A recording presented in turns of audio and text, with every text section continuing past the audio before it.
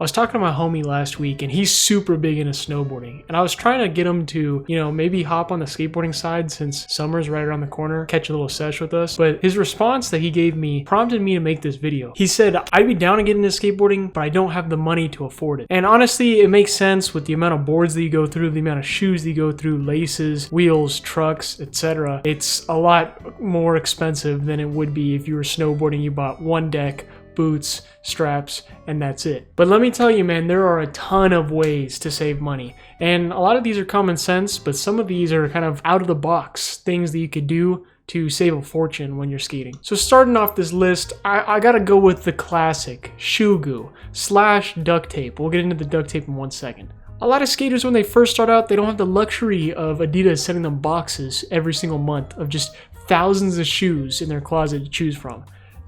Us skaters, we have to skate on a budget, and we're willing to do anything we can to save our laces from ripping, to save our shoes from ripping, so we don't have to go and buy some more.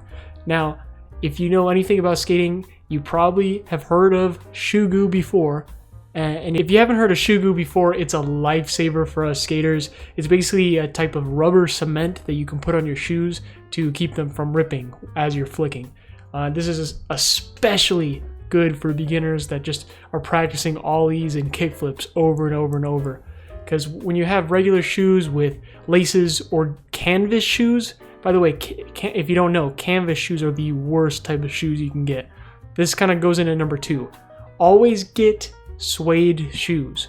Okay, always get suede shoes, always get suede laces. Suede shoes typically have much stronger stitching, and you always want to look for the skate brand shoes. You want to look for your Vans, you want to look for your Emerica, Lakai, Etnies, DC, Adidas, etc. You can't go wrong. You don't want to be sitting here skating those brand new Yeezys when you're first starting out, okay? It's a waste of money and you're gonna rip through your shoes like crazy. This leads me into my third point, okay? Because fashion and skating are synonymous these days.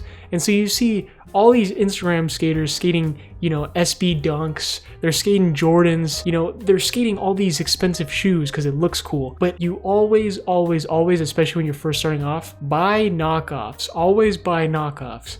Okay, it sounds funny. Why would I want to, pull up in some knockoffs? Let me tell you, bro. I've been skating these right here. They're called Stray Black Suede slip-ons. They look identical to black Vans. No one has said anything to me. They look fire. I've been skating them for 3 months. This is the longest shoe that I've had in a minute, because with the amount of skating that I do, I try to skate every day and do a lot of flicks.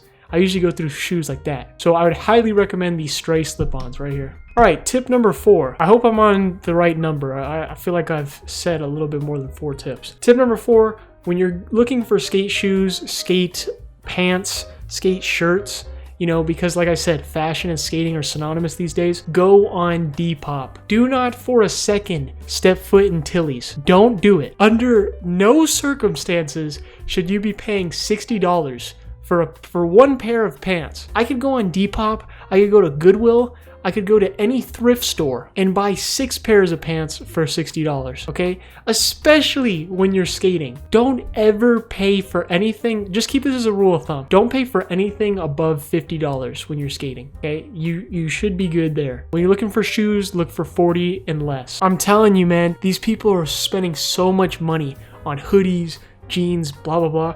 I found this one lady on Depop. All she did was sell New Balance shoes, and they were the skate / tennis shoe look. It was really clean, and she was selling each of them for $20. I bought every single shoe on her page because I knew immediately, nowhere I go on the internet, at Tilly's, at Zoomies, wherever, I'm never gonna find shoes that look that clean for $20. Tip number 5, do not buy graphics. Okay, now let me be clear about one thing. You don't want to just go on, the internet and type in blank skate deck, because you may be handed a piece of cardboard with grip tape on it from some random supplier. You want to make sure it's at least like mini logo, for example. Those boards don't last the longest, but they're typically like $25 for a blank deck. Or you could go to Zoomies. Right behind the counter, they have these boxes on the floor that are typically like $30 decks, and those are the ones with minimal graphic design. Those are the ones that are your mini logos and like your, what else do they have? Like ATM boards. Like I said, you be careful with this one because you don't want to just find a random, piece of junk from some supplier. Okay, Tip number 6, and this goes back to the very first tip about shoe goo. If you don't have shoe goo on hand, use duct tape, put it inside your shoe where the hole is on your shoe, and just patch it up. That way you don't see any shoe goo, you don't see any tape on the outside. Your shoe looks normal, but on the inside you have some sort of layer that protects yourself. You could also tape your socks if you want, just add that layer of protection if you want to keep the look of your shoes the way it is. Okay, and tip number 7, I'm just gonna keep this one super general so I don't mislead you guys. Just be creative with it. What I mean by this is, instead of maybe buying a sheet of grip tape with a graphic on it, maybe look online and see if you can buy grip tape in bulk and see if per piece it's cheaper in bulk than it is if you buy a sheet, per piece, just like how you would at the grocery store. Or maybe, find some supplier in a different country, outsource grip tape, and see if you could just find a blank sheet of grip tape for like $3. I don't know what the quality is going to look like. I don't know if it's going to stick as well, but it's worth a try, if you're saving some money. There's other things you could do that are creative, right? I see a lot of like new skaters, or even just skaters in general. They buy wax from like their favorite skate brand or whatever. I mean, that's such a waste of money. You could literally get a piece of butter, you could microwave it, you could get a lighter and a stick of butter and just melt it on a ledge. You can make some sort of concoction and make your own wax at home. There's some things you can do to save money if you're just creative enough. That's all I got for now.